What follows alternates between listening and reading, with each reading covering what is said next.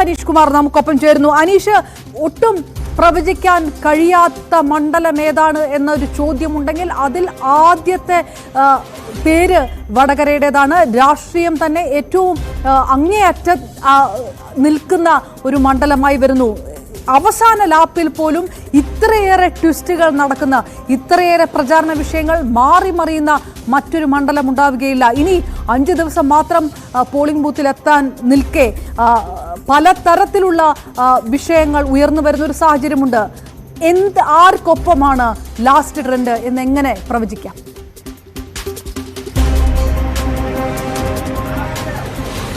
അപർണ, ചരിത്രവും ഭൂതകാലവും ഒന്നും നമുക്ക് വെച്ച് ഒരിക്കലും പ്രവചനങ്ങൾ നടത്താൻ കഴിയാത്ത വിധം പ്രവചനാതീതമായ ഒരു രീതിയിലേക്ക് തന്നെ വടകരയിലെ മത്സരം മാറുന്നുവെന്ന് നമുക്ക് പറയാം. കാരണം ഈ 2020 സിനിമയൊക്കെ ഉണ്ടായിരുന്നു, സൂപ്പർ താരങ്ങൾ അണിനിരുന്നത്. ഒരു താരം ഒരു സ്റ്റെപ്പ് മുന്നോട്ട് വെക്കുമ്പോൾ മറുവശത്തു നിന്ന് അടുത്ത സ്റ്റെപ്പ് മുന്നോട്ട് വെക്കുന്നു.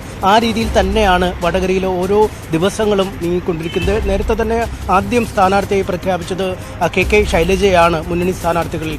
ശൈലജയെ മുന്നണി സ്ഥാനാർത്ഥിയായി പ്രഖ്യാപിച്ചപ്പോൾ തന്നെ മുരളീധരൻ ഈ മണ്ഡലത്തിൽ നിന്നും തുടരാനുള്ളൊരു വിസമ്മതം പോലും അറിയിച്ചു. അതായത് ഇവിടെ ആർക്കും വേണ്ടാത്ത സീറ്റാണല്ലോ എന്ന് പോലും അദ്ദേഹം പറഞ്ഞു വെക്കുന്ന തരത്തിലേക്ക് കാര്യങ്ങൾ നീങ്ങുന്നു. പിന്നീട് പത്മജയുടെ BJP പ്രവേശനം, മുരളീധരൻ്റെ പെട്ടെന്നുള്ള തൃശ്ശൂരിലേക്കുള്ള പോക്ക്, അതിനുശേഷം രാജകീയമായി ഷാഫിയുടെ വരവ്. എന്തായാലും ആ വരവോടുകൂടി മണ്ഡലത്തിലെ മത്സര ചിത്രം പൂർണ്ണമായി തന്നെ മാറിയെന്ന് നമുക്ക് പറയാൻ കഴിയും. കാരണം ആൾക്കൂട്ടം ഇത്രമേൽ ആഹ്ലാദം പൂർവ്വം ഒരു തെരഞ്ഞെടുപ്പ് നടത്തിയ ഒരു മണ്ഡലം വടകരയല്ലാതെ മറ്റൊരിടമില്ല എന്ന് നമുക്ക് പറയാം. കാരണം ആദ്യം ശൈലജ ടീച്ചർ റെയിൽവേ സ്റ്റേഷനിലേക്ക് വന്നിറങ്ങുന്നു. ജനക്കൂട്ടത്തിനിടയിലൂടെ അവർ തന്റെ പ്രചാരണം തുടങ്ങുന്നു. ഏതാനും ദിവസങ്ങൾ കഴിഞ്ഞപ്പോൾ അതിന്റെ ഇരട്ടി ആളുമായി ഷാഫി പറമ്പിലെത്തുന്നു. വടകര പട്ടണത്തെ ഇളക്കി മറിച്ച് മണിക്കൂറുകളോളം ട്രാഫിക് ബ്ലോക്കിൽ പെടുത്തുന്ന രീതിയിലേക്കുള്ള ആ സ്വീകരണം ലഭിക്കുന്നു. എന്നാൽ അത് കഴിഞ്ഞപ്പോൾ തൊട്ടടുത്ത് പിന്നാലെ വീണ്ടും അതിനേക്കാൾ ഇരട്ടി ആളുമായി ശൈലജ ടീച്ചർ വരുന്നു, പിന്നാലെ ഷാഫി വരുന്നു. അങ്ങനെ ഒരു ആൾക്കൂട്ടത്തിന്റെ ഒരു മത്സരമാണ് ശരിക്കും പറഞ്ഞാൽ കഴിഞ്ഞ കുറച്ച് ദിവസങ്ങളായി വടകര സാക്ഷ്യം വഹിച്ചത്. പക്ഷേ ഈ ആൾക്കൂട്ടത്തിനപ്പുറം വലിയ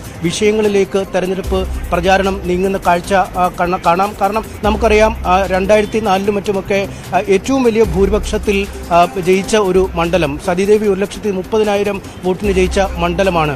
അവിടെ നിന്ന് ഇങ്ങോട്ട് പിന്നീട് CPM വലിയ ഒരു പ്രതിസന്ധി നേരിടുന്ന തരത്തിലേക്ക് കാര്യങ്ങൾ മാറുകയായിരുന്നു.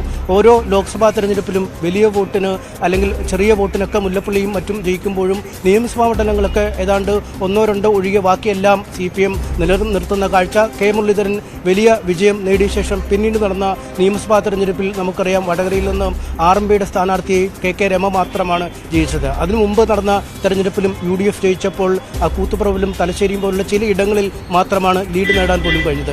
അത്തരത്തിൽ ഓരോ ഘട്ടത്തിലും ഇടതിനോടും വലതിനോടുമൊക്കെ മാറി മാറി പ്രകടിപ്പിക്കുന്നു. പക്ഷേ ലോക്സഭാ തെരഞ്ഞെടുപ്പുകൾ ഒരു ബാലികേറ മലയായി തന്നെ UDFന് നിൽക്കുന്ന സാഹചര്യമുണ്ട്. അതുകൊണ്ട് അപർണ പറഞ്ഞ ചോദ്യത്തിന് രാഷ്ട്രീയ പാർട്ടി പ്രതിനിധികൾ പോലും ജയിക്കുമെന്ന് ഉറപ്പിക്കുമ്പോഴും അവരുടെയും മനസ്സിൽ ഒരു കൃത്യതയില്ലാത്ത ഒരു സാഹചര്യം. നമ്മൾ ജനങ്ങളെ കണ്ട് അവരുടെ അഭിപ്രായം തേടുമ്പോഴും ആര് ജയിക്കുമെന്ന് ഞങ്ങൾ എങ്ങനെ പറയും? രണ്ടുപേരും അത്രമേൽ പ്രിയപ്പെട്ടവരാണല്ലോ, രണ്ടുപേർക്കും പറയാൻ അല്ലെങ്കിൽ തള്ളിപ്പറയാൻ കാരണങ്ങൾ ഇല്ലല്ലോ എന്ന കാര്യങ്ങൾ തന്നെയാണ് പറയുന്നത്. അതുകൊണ്ട് സമകാലീന രാഷ്ട്രീയത്തിലെ ഏറ്റവും മികച്ച 2 സ്ഥാനാർത്ഥികൾ മത്സരിക്കുന്ന, ഏറ്റവും പ്രവചനങ്ങൾ നടത്താൻ കഴിയാത്ത ഒരു മണ്ഡലമായി തന്നെ ഇന്നും ഈ നിമിഷവും തീർച്ചയായിട്ടും അനീഷ്, പ്രവചനാതീതമാണ് വടകര എന്ന് പറയുന്നതിന് ഒരു കാരണം മുൻവിധികൾ സാധ്യമല്ലാത്ത 3 നിയമസഭാ മണ്ഡലങ്ങൾ വടകരയെ സംബന്ധിച്ചിടത്തോളം ഉണ്ട്. വടകര, കുറ്റ്യാടി, നാദാപുരം. അത് തന്നെ പ്രവചിക്കാൻ കഴിയാത്ത ഒരു സ്വഭാവം അതിനകത്തുണ്ട്. അതിന്റെ വിശദാംശങ്ങളിലേക്കൊപ്പം ചിത്രത്തിൽ വ്യക്തമല്ലാതിരിക്കുകയാണ് BJP വടകരയെ സംബന്ധിച്ചിടത്തോളം. ഇടതുപക്ഷ ക്യാമ്പിനെ സംബന്ധിച്ചിടത്തോളമുള്ള പ്രതീക്ഷ UDFിലേക്ക് ഒഴുകിയെത്തുമെന്ന് പ്രതീക്ഷിക്കപ്പെടുന്ന മുസ്ലിം വോട്ടുകളുടെ പോളറൈസേഷൻ, ഇതെല്ലാം ഘടകമായി വരുന്നു വടകരയിലേക്ക്.